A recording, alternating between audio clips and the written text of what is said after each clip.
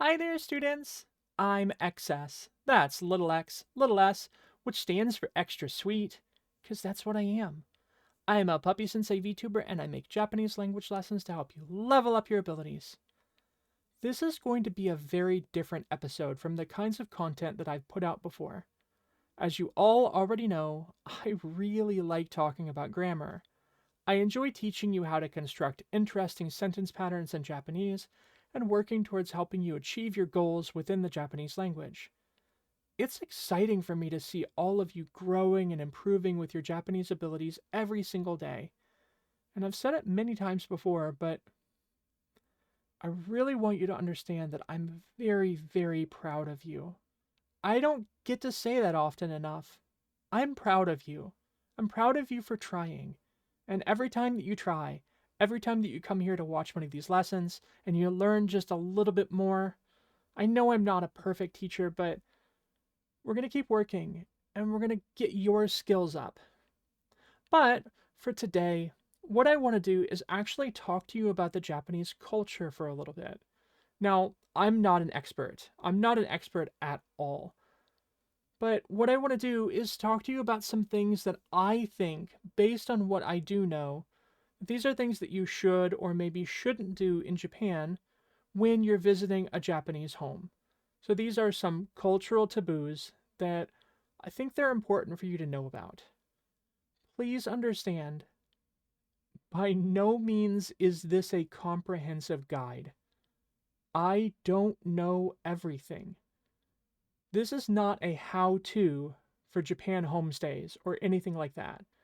It's just a collection of kind of cool tips and habits that I learned while I was living in Japan, and that I still maintain because I still have Japanese friends here now that I interact with somewhat frequently. And when I go to their house, these are some of the things that I try to remember, and I think they're important. So I just wanted to spend a little bit of time today passing that information on to you. If this isn't your cup of tea, don't worry. We're going to get back to your regularly scheduled lessons next week. I just thought it might be fun to have a little bit of a culture break. On that note, though, if there's anything grammatical that you really want to focus on, please let me know, okay? I have things mapped out. I have plans for future lessons and future things that I want to talk to you about. I've got quite a lot of plans. There are plans. This puppy has planned lessons for a very long time, but I'm always happy to slot in something that if you really want to know about using business Japanese or using super polite Japanese, or if you're really interested in the kind of Japanese that they use in anime or things like that. Those are things that I would love to talk to you about, and I'm happy to make special lessons just for you if you want. So just let me know because I'm here for you. But again, today we're going to focus on things that you might want to do or things that you might want to remember when you visit a Japanese household. Again, I'll remind you, it's not a full be all end all guide. I just don't know everything, right? But I've spent enough time in Japan that I feel like I can pass on some of this information for you, and I hope that it's helpful. So, yeah, let's just, let's get into it. Ikimashou! Hi, YouTube. It's your girl, Puppy-Sensei. I'm a little bit anxious about this video, and I would like to explain why before we get into it. I believe that there is a huge difference between doing things that are in line with expected cultural values versus doing things simply because you're told that you should do them. I don't believe in doing things just because you're supposed to do them. I don't value that, and it's not something that's important to me. Something like taking off your hat in a school hallway might be polite, it might be nice, it might even be part of culture, but I assess it as somewhat arbitrary and maybe a bit unnecessary. On the other hand, taking off your shoes when you enter a Japanese house moves into the space of a cultural value, and that's something that we do so that everyone feels respected and appreciated. the views that I express in this video are not universal. There are cultural values that are kept by some people in Japan but not by others, and that's okay. We're all unique and different, and we do things in different ways. I don't want to give you the impression that I believe that the values that I discuss in this video are the law of the land. Please remember, these are simply my observations from the perspective of a non-native who has spent a bit of time living in Japan. That's all I wanted to say. I love you. Ready to learn some cool stuff? Let's learn some cool stuff. I actually really enjoy doing this kind of content. It's fun for me and a little bit relaxing. And I kind of needed a little bit of relaxing this week because if you didn't already know, this Puppy-Sensei has been pretty heckin' busy working on a special project.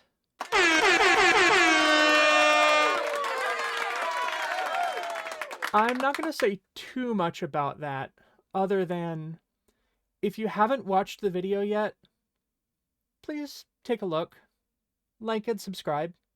Joe Cat's pretty amazing and was really wonderful to work with. The video itself is unbelievably touching, and honestly, I was thoroughly humbled to be able to work on it. I had a lot of fun. Anyway, let's talk about culture. So today, I'm going to talk with you about some of the cultural norms that relate to Japanese homes, being in them, visiting them, that kind of stuff. Now, you might already know this, but when you enter a Japanese house, you would change your shoes. The flooring in many of the rooms of a traditional Japanese household is made of tatami. Tatami mats have quite a bit more give to them than something like carpet flooring.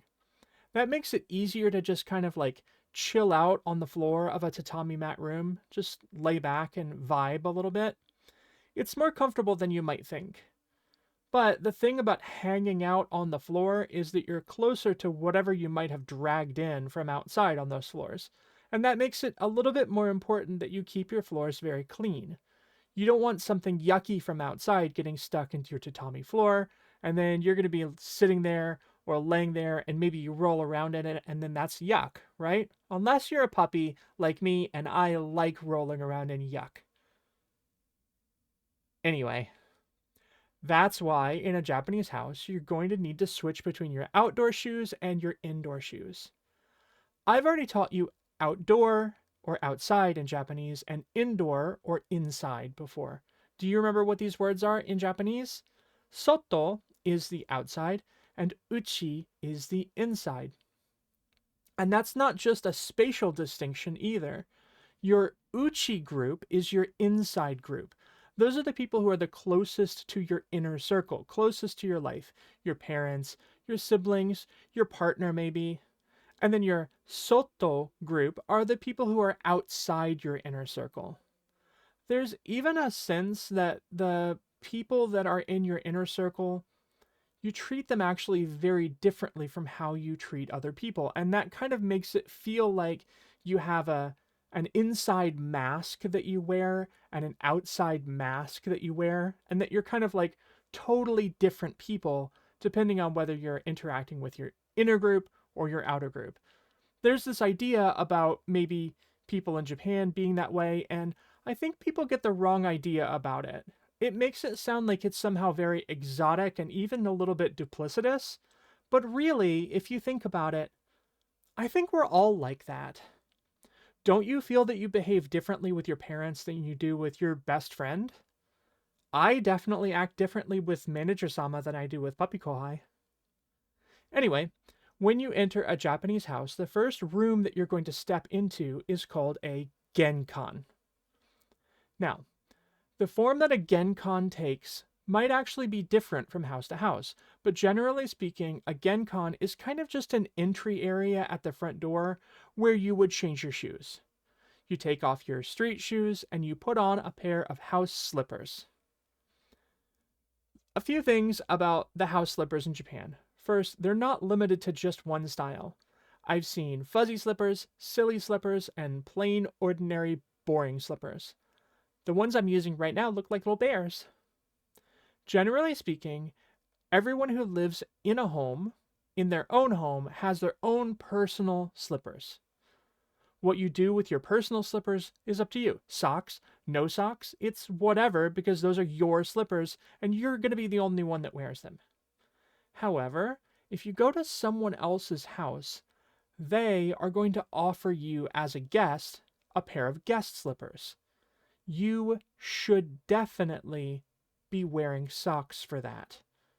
And you know, if those socks are nice and relatively clean, that's definitely a good thing, right? Because remember, those are the slippers for any guest that comes in the house. So you would want to wear socks anyway, right? You don't want somebody else's slipper funk in your toe. Oh. Um Well, generally speaking, that's actually somewhat frowned upon. It's not forbidden to bring your own slippers, but for the most part, your host is going to provide those slippers for you. And it's just basically a little bit weird to kind of show up at someone else's house with your own shoes in hand. Anyway, that's enough about slippers for now. Beds. Beds are important, right? Honestly, these days, plenty of Japanese houses have Western style beds. I even stayed at a hotel one time that boasted super luxurious American beds, which was basically a California king. But the traditional Japanese bed is a futon. It's basically a super plush, fluffy mattress that you can roll out on the floor when you're ready to go to bed. Against a tatami floor, the combined squish of the tatami and the fluff of the futon makes for a really nice sleep. And the nice thing about a futon is that you can roll it up in the morning. You can actually put your bed away when you're not using it, which means that you've got more space for just kind of chilling out in the room. A lot of houses have nice futon closets where you can keep your futon and your bedding and stuff until you need it again. But smaller houses and apartments, well, usually you just roll it up and lean it against a wall in one corner or something. My apartment in Tokyo was a one tatami sized room. It was basically 1 meter by 2 meter, or kind of like 3 feet by 6 feet. It was literally almost exactly the size of the futon when you rolled it out in the room. The futon kind of touched every corner.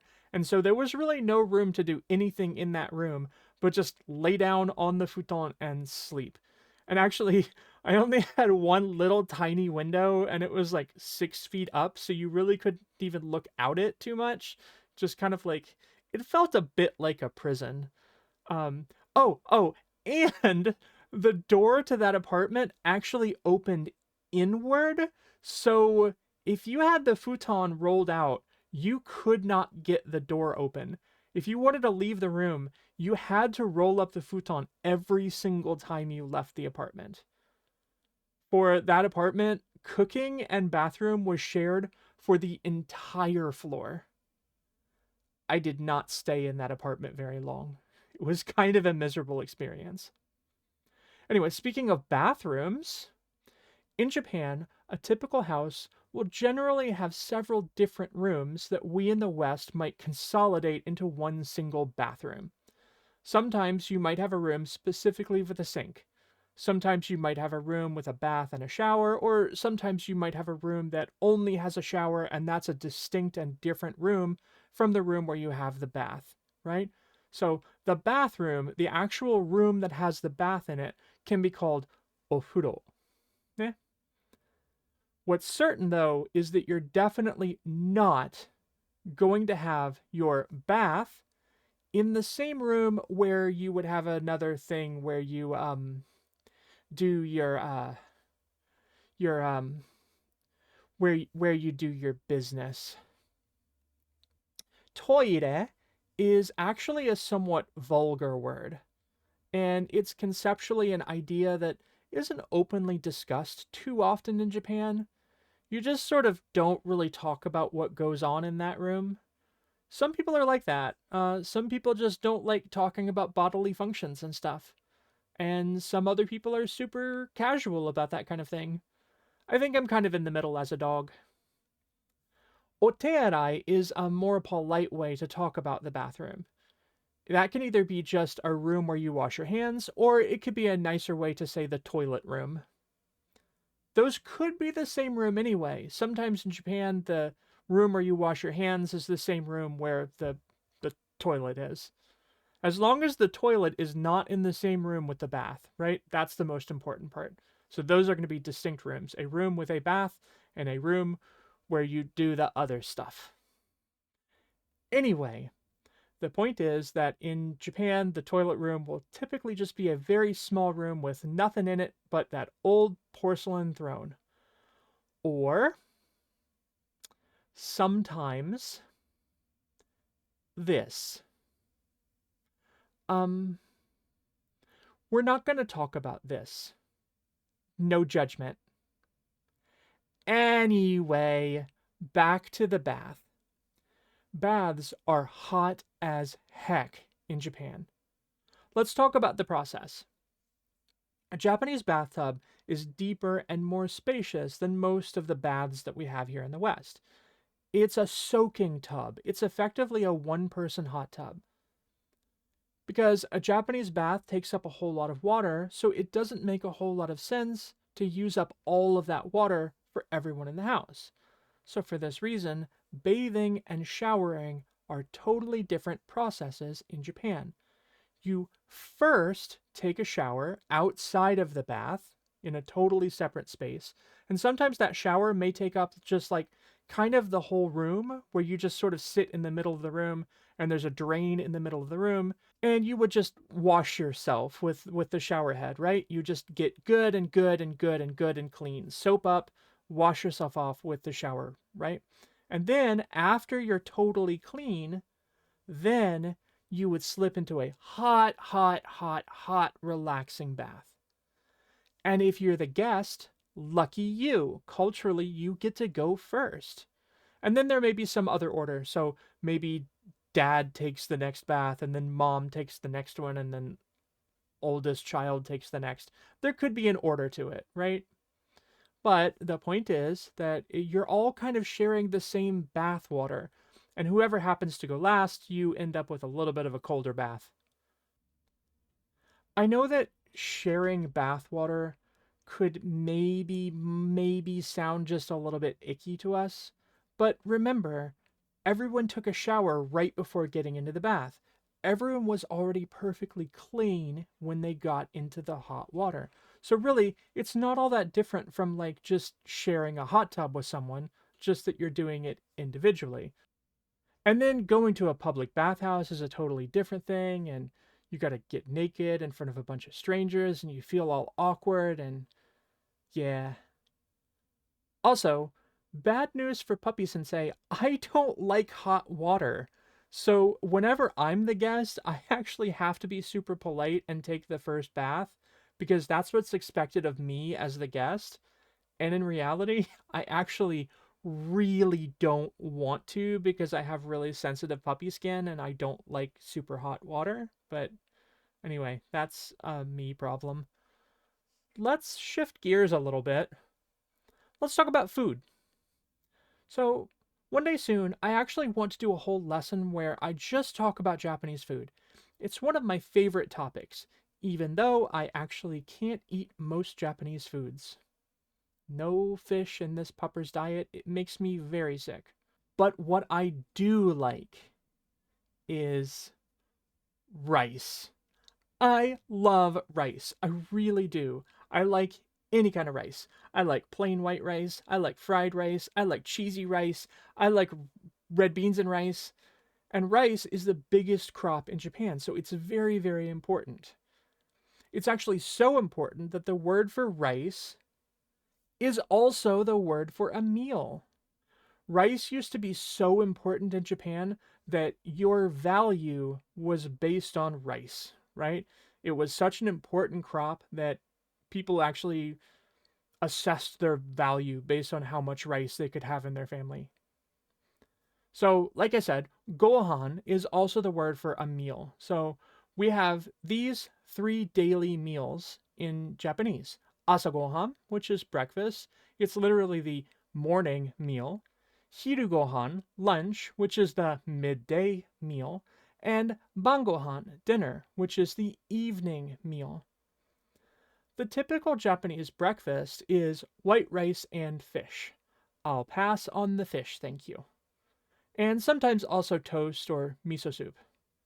I like toast a lot too, but I am done with miso soup. I had to have surgery a few years ago, and after that surgery, for like 6 weeks, I could not eat solid foods at all. So, all I ate for 6 weeks, breakfast, lunch, and dinner, was miso soup. And I think that I ate so much miso soup that I have grown to dislike it a little bit. And I guess also maybe it kind of brings back memories of what was an extremely not good time in my life. Like I almost died. And that wasn't miso soup's fault, but yeah. Anyway, everyone talks about sushi as if it were absolutely everywhere in Japan, but eh, sorta not so. I mean, yes, you can get sushi very easily in Japan. You can get sushi in convenience stores, konbini in Japan, really, really easily, and that's perfectly safe, right? So I think gas station sushi sounds like something that you want to avoid like crazy, but I promise you that it's very safe in Japan and really easy to get. But there's this misconception that sushi is like the only Japanese food or that Japanese food equals sushi, and that's totally not the case. There are some just amazing Japanese foods, and like I said, I'm going to do a whole lesson on Japanese food at some point. There are some cultural things that I want you to know about mealtime in Japan. So, eating with chopsticks, that's where we're going to start. Can you eat with chopsticks? Here's the kanji for chopsticks. It's hashi. There are two kinda important things that you should never do with chopsticks. First, never let your chopsticks stick upright in your bowl of rice. This is mainly because it evokes the image of funeral incense, and, like, that's kind of important because that's how you remember people after they pass away. So I guess that would kind of be like making a little coffin out of your mashed potatoes and then burying a chicken nugget underneath it. Maybe that's not a perfect analogy. Actually, now that I think about it, that sounds fun. Hmm, mashed potatoes. I'll think about it. Another thing that you shouldn't do is pass food from chopstick to chopstick. Not gonna lie, that kinda sounds hard anyway, but you definitely shouldn't do it and you shouldn't try it. It's it's actually kind of offensive. The reason why is kinda super morbid, and I don't really want to go into the details, but it also has something to do with how bodies are prepared after someone passes away. Basically, if you want to pass food, just put it on a little plate and then pass it over, but never ever pass food from chopstick to chopstick. If you want to know more, I guess Google why you shouldn't pass food from chopstick to chopstick. I feel like I'm failing you as a teacher by not teaching you, but it's icky and I don't want to talk about it. I mean, also, I guess germs, right? If you're passing food from chopstick to chopstick, then presumably that chopstick was in your mouth, and that's like an indirect kiss. And I'm not selling you on this, am I? Now I'm just making myself want to use chopsticks to put chopsticks in my mouth and kiss someone indirectly. Okay, yeah. Another thing that you can do with chopsticks is that, like, let's say you're taking food from some central dish, right? So you have one dish in the middle of the table. Maybe it's hot pot, anything communal like that. Well, if you want to take food from the communal dish and put it on your dish, you can just flip your chopstick backwards. You can use the thicker end of the chopstick for grabbing that communal food. That way, you're not touching mouths. Ahem. I want to remind you that all of this is meant to be in good fun. I'm not judging anything culturally about Japan. Neither am I saying that anything that we do is better or worse, or that our cultural values are, it's just different, right? Culture is just different. And all I'm trying to do is kind of provide you with some fun information, you know? Um, Another weird thing about food culture in Japan is that you don't usually eat and walk at the same time. I think that's weird considering how many really, really good festival foods there are. The rules are a bit different for festivals anyway, but yeah, um, mealtime is for sitting. Oh, I didn't talk about kotatsu. Kotatsu are so cool. A kotatsu is a heated table that can go in your tatami room. It's basically a table with a space at the bottom that has a heating element that you can put into it. And then you can put a blanket between the table and the heating element. And it creates this like super nicely heated space for your legs under the blankie, and that way you kind of like you have a table right there and your feet are all nice and warm. It's so cozy. And I have one, but actually my heating element broke and I never replaced it, but I will one day. I absolutely will. Definitely. Oh, we should talk about shoji too. uh, Stupid go um puppy kohai, are are you all right there? Ah.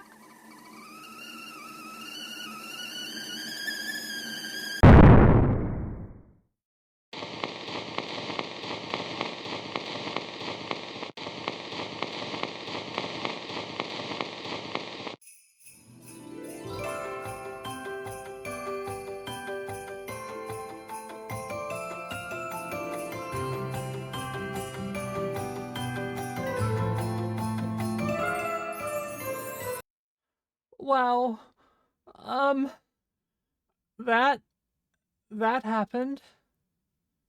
That happened. um, um, uh, uh, wow. Okay. So, first, I'm glad that everyone made it out safely. We didn't lose any students. We didn't lose any students in that explosion. So, that's that's good. Uh, I guess uh, I'm gonna have to figure out some stuff, aren't I? Uh.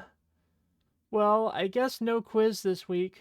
Um, I'm I'm so sorry. But hard to do a quiz when we don't have a ahem.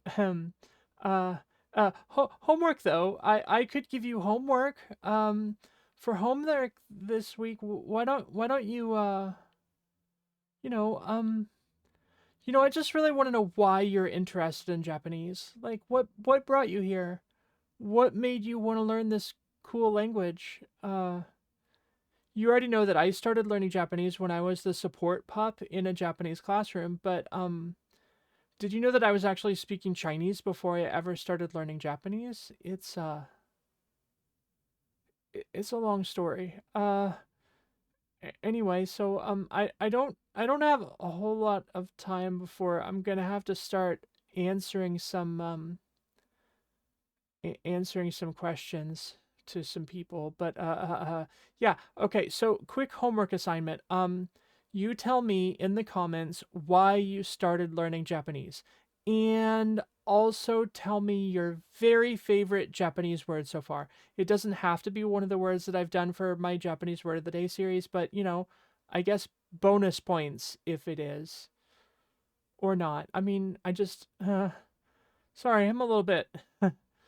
Hopefully we're gonna be able to have class next week. I hope that they can get the room fixed and stuff, but we'll we'll figure something out. I love you all very much. I'll talk to you soon. Mata ne.